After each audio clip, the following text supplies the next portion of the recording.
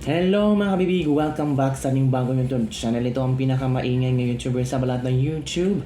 Ako si Kabibig, maglabag-labag na tao with evidence. Ako, wasak na wasak si Father Flaviano Villanueva na siya talaga, I think siya yung leader ng nagsampa ng plunder case labang kay VP Sara. Wow!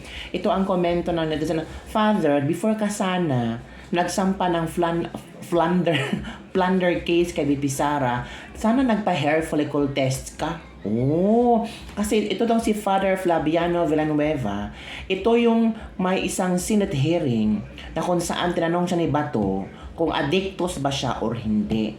Inamin naman yung addictus siya. The question is, hanggang kailan or baka until now, addictus siya? Kasi we cannot control the mind of the people na mag-iisip na, oh, ano ba to? There's a clear separation between church and state.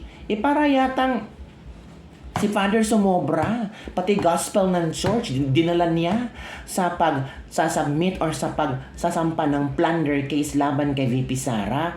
Kaya sabi ng iba, Father, kumusta, malinis ka na ba? Hair follicle test ka naman. Oh, ito oh.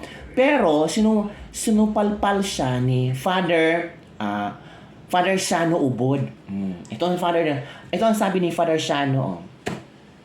In Bisaya to ha. Katong mga maletang kwarta, hain naman to. Wala lagi to imbestigaha. Ang mga tao nga gipanghinganlan ato, wa lagi imbestigaha. Kinahinoong gi-approve na, nakapasar na sa audit sa COA, kanang confidential fund sa Office of the Vice President, sigihan ayog hisgot. In Tagalog, nasaan na ba yung mga maletang pera? Nasaan na yon? Bakit hindi inimbestigahan? May mga taong pinangalanan na involved sa anomalyang flood control project pero hindi na imbestigahan. Pero itong approve na at nakapasa na sa audit ng COA, palaging sinasabi ang confidential funds ni VP Sara. Palaging ginagamit para makasuhan si VP Sara. Ang COA na nagsabi for 3 consecutive years unmodified ang resulta ng OVP sa COA. Pero itong mga mali-malitang pera, mga taong nadawit, mga kongresista na napangalanan ng mga diskaya, para yatang hindi na imbestigahan. Diba? Sabi ni Bongbong Marcos, hindi matatapos or hindi magpasko, may makukulong. Pero malapit ng Pasko, hindi wala pa rin nakukulong. Sabi ni Attorney Ferdinand Topacio, the panic-stricken Marcos regime will definitely pull out all stops to prevent VP Sara from presidency from happening by means purely foul daw ang ginawa nila. Eto ha. Ito ang sagot ni VP Sara. Pinagtawanan lang ni VP Sara yung plunder case niya. Tapos sabi ni VP Sara, uy, kawawa naman yung mga kahoy, no? Na ginamit para gawing papel. Tingnan mo, ang daming papel na nasayang, sabi ni VP Sara. Ang daming papel na ginamit para sampahan talaga ako na ng kaso. Ito kabibiga, ito ang komento ni VP Sara. Watch this video. Laban lang kay daghan ra ba kay kagkuan mga kalaban karon. Ready na kasi imong plunder case. Actually, contribute ka na. Mag-message ka later. I-address po nimo mga mga detractor VP para maloka sila ba sa imo. Tuloy-tuloy na lang gabi imong gikuan sa imo hagi. Prepare nila silang photo ops. Kani no? Usik kaayo ang papel. Pila yung gi ko na. Grabe ang amo ang pagplant of trees, more than 1 million na ba? Yes, exactly. Niapin pa mi atong saving paper. Sa amo ang office. Grabe mi magtipid og papel. Pagkahuman sila, usik-usikan nila ang papel. Isa yun as a reason yung support dito sa imo ka-environmentalist po ka. Nagulat din ang gani ko ilahatong i-bless og halaran tong ihalat na pud to sa Correct. sa altar tong mga I-bless na, magani ba nila dyan on? So, anyway, for Tapos sila, later. asa to, nag-out man to sila no, sa ilahaga. Dapat ingana, duha ka buok para surrender kami. Kami kausik sa papel. Uy, pagkakita na ako ato yung isa ka Sayang na kaayo. papel. Nag-post gani ko na pila ka kakahoy ang giputol para ma-accommodate to. Because cute. that's a lot of trees talaga. Pero they don't care man VP basta mapakita nila sa photo ops na daghang kay kaso naka-file sa imuha. Naingon ana. Kumbaga substantial gud ilang filing ba pero allegedly na yung mga tao nag-ingon na paulit-ulit lang ang copy ato. Para mo daghan. Multiple copies raman to of one kuan filing.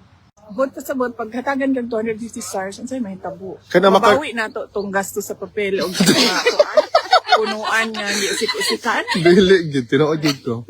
Mao gid ako observation ato VP na ano. More than that, no, fire hazard good to siya. Di ko matingala ba, og dilaob lang tong kalit ilahang mga papel. Correct.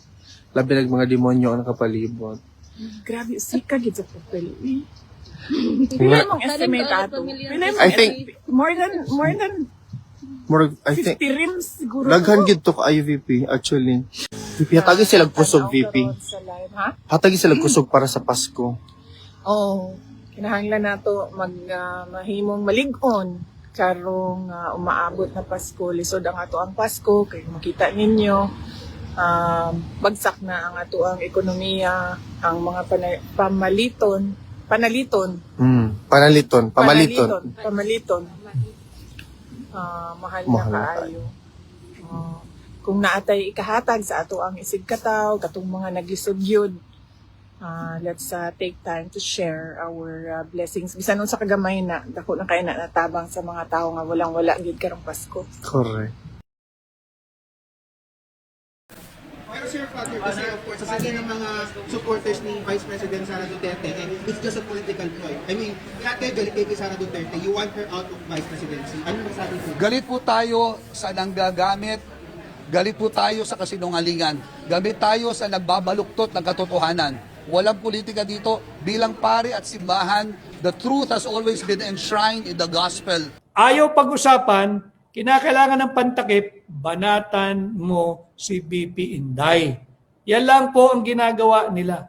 Ang mga bumabanat po ngayon, pakikita rin po natin, itong mga budol na grupong ito, tingnan po niyo mga pagmumukha nito. Yan po, nasa TikTok. Ito po yung mga nagsampa ng plunder, malversation, or graft and corruption laban kay Vice President Inday. No? Ito pong paring ito, total gusto naman niyang sumikat yun. Galit na galit po yan. Nakita ko kanina yung may nagpadala sa akin ng video clip. Maraming salamat. Ang pangalan pala nito ay Father Flaviano Antonio Villanueva ng SVD. Yung Society of Divine Word. No? Yan. Galit na galit po ito sa isang haka-haka, sa isang imahinasyon, isang halusinasyong akusasyon laban kay BP Inday. Pero ito pong paring ito, hindi nagsalita laban sa trilyong pisong pagnanakaw na nangyayari ngayon sa ilalim ng Marcos Jr. administration. Ayan ho. Liting ko, may karapatan po ako magsalita sapagkat ako po ay bahagi ng Catholic Church bilang isang Katoliko. Maganda po ang relihiyong Katoliko, sinisira lang po. Sa bagay, sa lahat po ng gubat, maraming ahas. At saka alam po ninyo, sa lahat po ng lugar may mga anay. Nasisira sa bahay. Kanya kinakailangan talaga gumamit tayo ng mga pamatay-anay. Ano masasabi mo kay Father Villanueva, yung isang pare na anti-Duterte at aminadong nagdodroga before? My God, Father! Maliwanag pa sa sikat ng araw ang nangyayari sa buong mundo. Maraming namatay ng mga Pilipino sa baha, sa flood control. Father ka ba o NPA ka? Hayop na father ka. Isa siyang bangag. bangag. Isa rin siyang bangag. Nakakalungkot tsaka para sa akin nakakahiya dahil nire-representa niya ang Panginoon at ang simbahan, tapos ganun yung inaasam niya na mali para sa isang tao na wala namang ginawa kundi tulungan tayo mga Pilipino at pagandahin ang Pilipinas. So nakakahiya. Father, hindi kita kilala, pero nakakatawa ka kasi to be honest, you are supposed to be a religious person. And now you are very happily telling na dapat makulong na ng eternity doon si Duterte sa dahig. Nakakatawa ka. Alam mo ba, kuwang-kuha mo yung smile ni Satanas? Masasabi ko sa kanya, nataunan siyang pari sana na nangangalagad sa Diyos. Pero yung pinaglalaban niya, hindi makatao. Lord, sana no, kay ano man ka no, man of God, dili ka dapat magsulti og mga pangit na ingana nga ginawish nimo. Kita ko sa placard niya actually, wala ba tong Satan sign pa to yung placard niya? My God! Kilatan tana ka. So yun na kabibig, nakita nyo na no, pati sa Attorney Vic Rodriguez, nagkomento na rin, sabi ng iba, same strategy naman tong paring ito, di ba? May political gimmick na ang kaso kay Inday Duterte, laging exaggerated impact, pero sila din gustong buksan ng mga Duterte yung bank account. Saan nakuha ebidensya kung hindi pa nabuksan? Ito ang mga komento ng ating mga netizen hinggil kay Father Flavi. Wow, Father Flavi na daw ang tawag niya. Wow, yes. Ang sikat ni Father Flavi, no? Pero alam niyo kabibig, sabi ng mga ilang netizen, bakit itong si Father parang consistent yata ang galit sa mga Duterte? Parang hindi siya galit sa mga kay BBM. O yung sinabi ni Amy na ang kapatid niya ay bangag-bangag. Pero hindi siya nagsampa ng kaso, hindi siya nanawagan ng Marcos resign. Napaka-inconsistent ni Father. Napaka-unfair naman ni Father. Hindi nga natin nakita na si Father nagpa-interview at nanawagan na, oy BBM, sagutin mo itong mga sinasabi ng kapatid mo.